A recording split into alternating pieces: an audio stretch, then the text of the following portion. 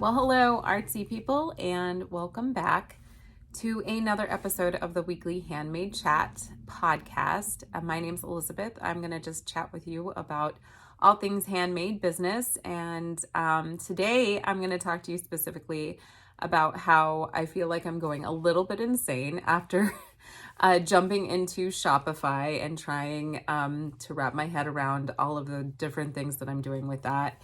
When I started last week, I did a podcast about jumping into Shopify and why I did that. There were a lot of reasons involved, but I just really felt like it was time that I had my own website, and I kind of went with them for the ease and just to kind of explore what it was, because a lot of people are going with Shopify. And I really do like a lot of things. There's some things I really like and some things I don't like as much. I really like how easy it is. You can get it up and running and it looks very professional very quickly compared to when I did WooCommerce with WordPress, where there was a little bit more coding there. It was a little bit more complicated, at least for me. And so it's just, I feel like I can do things a little bit faster. I feel like it's optimized for selling. They're already trying to put features in there that are going to help you sell. So I really like that as well. But of course, that comes at a cost. And so the monthly fee, I'm not looking forward to. Right now, I'm on a 2-month dollar only fee. And then after that time lapses, I'm going to be up to either $30 or $40, depending if I wanted to do that yearly or monthly. So that's a lot of money to shell out every month. And I'm already starting to think about ways that I can cut back on other costs in order to kind of make that make sense for me financially until I can make more of a profit on my website. But then that comes back to making a profit on my website, which honestly, I have 0 sales. I've only had a website for like 2 weeks, so I'm not too concerned. But I'm also trying to learn how to market. So let me tell you, the one thing that I have learned though about marketing is that there are a billion people out there who have ideas about marketing. So I'm not going to be a person who's going to tell you that I know everything about marketing or that I have all the answers. I don't have any answers. I'm going off of what I think intuitively might work for me, and then I'm going to see what the numbers say while I do that. I'm going off of what I've seen a lot of people saying is working for them, and I'm just trying it because everybody's got a different business. Some things are going to work for some businesses, some things are not going to work for your business. But I'm kind of going with the things that kind of fit who I am too, and what I think I'm good at and what I think I'm more comfortable doing. So since I have the $1 deal for Shopify, I did decide I would dip my toe into Facebook ads a little bit. And because I figured I could spend the money that I would be paying for that monthly fee on ads that I could do on Facebook, on Pinterest, on Instagram. And so I went to Canva, and it was Adobe Express, because I'm trying to switch to Adobe Express because I have an Adobe membership. I have an Adobe subscription. And that was one of the things that I thought I could do to kind of cut costs, is cut out the Canva Pro and just switch to Adobe Express, which is included already in my Adobe membership. So it was Adobe Express. But I went to Adobe Express and I made what I thought was a really great looking ad. And it was kind of an ad in the traditional sense, where it was just hawking my goods. You know, it had some catchy phrases. It had some lines that said why my products were, interesting, or why they were novel compared to other products. So I thought that was good.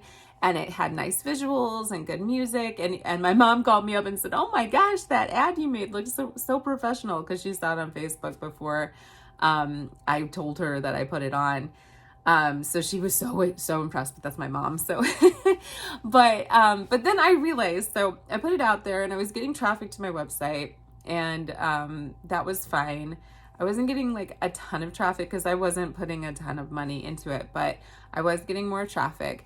But then I realized something. I wasn't getting a lot of conversions. I sell a higher priced item. I sell rugs on my website, and other things as well, but that's the majority of what I sell is rugs.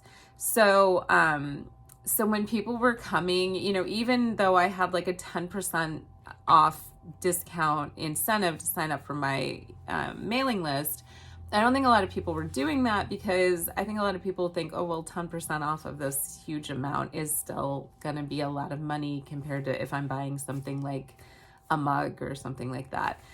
So then I thought about what could I offer of value that would get more people to click on my ad, but also get more people to sign up for my email list. And so I'm working on creating a downloadable item that would be like a piece of art for their wall, so they could print that off and put it on their wall. And I'm going to have that as a freebie. And I've thought about this. I'm going to create a couple different incentives for people to subscribe to my emailing or to my email list. One of them could be that 10% off. One of them could be that freebie. There could be other things as I'm kind of brainstorming these things and coming up with them. And then I'm going to create different targeted ads for those people so that I can entice them to click and subscribe to my email list, because I'm trying to build that up as a marketing tool for specifically my website. So I'm hoping that I'm not just, because I feel like when I did the Facebook ads before, even though I made that ad, I was just kind of throwing it out there and didn't put a lot of thought into the why somebody would be interested or want to find out more about my brand. So I feel like doing something like this is going to give them an incentive to click. And maybe even with that download, I can include, here's why our brand is great, blah, blah, blah. So I'm going to try to get a little bit more into the weeds of that kind of targeted ad creation on Facebook and Pinterest, etc. I've also been exploring group boards on Pinterest. So I have been on Tailwind for a while, and I've been doing the community boards on there. If you're not familiar with Tailwind, it is a website or an app where you can go and you can do a lot of things through there, but you can create pins for Pinterest. You can join community boards on there, and you pin and then you repin other pins that have been pinned to that board that you like, that you think fit with your brand. And then other people will be repinning yours, hopefully. But a couple of things I haven't been crazy about with Tailwind is it seems like their website has a lot of lag. Whenever I get on there, I feel like I'm wasting a ton of time just kind of waiting for things to load. And I feel like even though they have communities, the communities are kind of bulky. It's kind of hard to really talk to people in there. It's hard to, I prefer just going on Pinterest a lot better. But there are benefits to being on there and being on their community boards, because you're getting access to people to pin your pins without necessarily being on a group board on Pinterest. So there are benefits from doing it. I'm still doing it. It is a free account that I have. You can do a paid account through Tailwind, and maybe your loading speeds would be faster if you did that. But that's my personal experience with them. The other thing is you can create pins through them, but I never do that because I like to have more control over what my pins look like. Well, I shouldn't say I never did that. I did that a couple times, and even though I wasn't crazy about how the pins looked, I kind of went ahead and pinned them. I'm not really sure why. And then I realized quickly after, I was like, why am I pinning these pins when they don't even look that great? They're not showcasing my product really well. So that would be my other gripe with Tailwind, is they have this pin generator, but the designs that it generates are not great for showcasing products, I don't think, especially larger products like I sell, like rugs. So for that purpose, I haven't been using it as much. Now they do have email marketing through Tailwind that is free. So if you wanted to start out, you could look into them as well and see kind of what, if that's something that you would be interested in trying through them. But I'm obviously not sponsored by Tailwind. I'm not promoting them, and I have my own kind of love-hate relationship with them, but they're worth checking out if you're if you're not familiar with them and you just kind of want to see. So anyway, yeah, I'm going to try to grow my email list, and hopefully kind of curate it too and make sure I've got like the right people in there that are interested in the types of, kind of niche areas that I target. So also with that, I've been doing blogging, and I did a video earlier this week, and I'll link to that below. But it essentially is talking about how I use AI to help generate some good SEO keywords and blog ideas for my niche. And I've been doing that and then generating and then using AI, the AI software that they have on Shopify to actually generate the start of my blog posts. So that's enabled me to put out about like 3 blogs a week or more as I'm starting out here. And I'm hoping to just kind of continue that, just put out like 3 blogs a week. And I'm trying to still, you don't want to just put out like nonsense content. You want it to be valuable for your niche so that people will continue to come back and will subscribe and do all of that. But I am also trying to kind of streamline my process. So using that AI as a tool to do that is really helpful. And of course, I don't use AI in any of my art production. I feel like there are ways that you can use AI that are going to be targeted and help you run a business. And I'm all for that. But when it comes to making art, I like to make my own. And I like to purchase from people who are making their own because it's that like handmade connection. It's that connection to somebody's creative process. And I just don't feel like you get that with AI. And I know a lot of people don't feel that way, but that's just my personal opinion. So anyway, yeah, but I am using it in ways to help run my business, to help kind of generate ideas. And that I think is really useful because sometimes your headspace is just so zapped that if you just get a starting point, you can kind of run with it. So that's good.